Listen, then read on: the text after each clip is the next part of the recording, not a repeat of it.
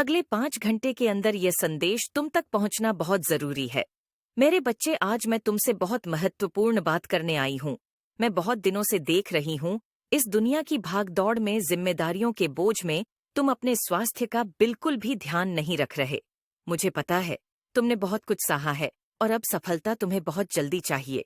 मुझे पता है, अब तुमसे इंतजार नहीं हो रहा है, इसलिए तुम दिन रात मेहनत करते हो। पर मेरे बच्चे, होगा तो वही ना जो मैंने चाहा होगा। तुम्हें चीजें तब मिलेंगी जब मैंने निर्धारित कर रखी है। मेरे समय के हिसाब से ही सब कुछ होगा। तो तुम अपने आप को बिना वजह के इतना प्रताड़ित क्यों कर रहे हो? तुम परिश्रम करो, तुम दिन रात एक कर दो। मैं तुम्हें यह करने के लिए मना नहीं कर रही हूँ, पर उस परिश्रम में तुम खाना पीना भूल जा रहे हो। तुम्हारे सोने का कोई निर्धारित समय नहीं है। क्या तुम सही कर रहे हो? तुम मुझसे बहुत कुछ मांगते हो कि माता, आप मुझे यह दे दो, आप मुझे वह दे दो। तुम्हें मैंने मनुष्य का जीवन दिया, तुम्हें मैंने यह शरीर दिया है। क्या तुम उस शरीर का अपमान नहीं कर रहे हो? क्या तुम अपनी माता की दी चीजों का अपमान नहीं कर रहे हो? मेरे बच्चे, तुम अभी जिस चीज को नजरअंदाज कर रहे हो, वही सबसे बड़ी पूंजी है तुम्हारे लिए। तुम्हारा यह शरीर ही सबसे बड़ी पूंजी है। तुम्हारा यह शरीर ही है जो मृत्यु तक तुम्हारे साथ रहेगा। सब छोड़कर चले जाएं, धन दौलत चली जाए, पर अगर तुम सही रहोगे, तुम्हारा स्वास्थ्य सही रहेगा, तो तुम कभी भी वह सारी चीजें खड़ी कर सकते हो। तो अपने स्वास्थ्य को नजरअंदाज मत करो। तुम्हारे दिमाग में एक बार में बातें चलती हैं। अपने विचारों को साफ रखो कि तुम्हें चाहिए क्या। एक पैर यहाँ रख लूं, यह भी कर लूं, वो भी कर लूं, ऐसी सफलता नहीं मिलेगी तुम्हें।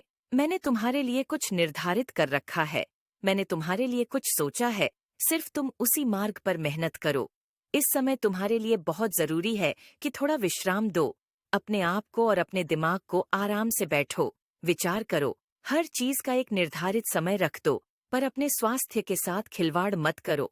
मेरे दिए शरीर के साथ खिलवाड़ मत करो, मेरे बच्चे, क्योंकि मैं नहीं चाहती जब सफलता तुम्हारे पास आए तो इतनी मेहनत के बाद तुम्हें कोई बीमारी हो जाए, तुम्हें कोई रोग हो जाए और फिर तुम उसके लिए मुझसे विनती करो कि माता, मैं बहुत परेशान हूँ, मेरी बीमारियों को दूर कर दो।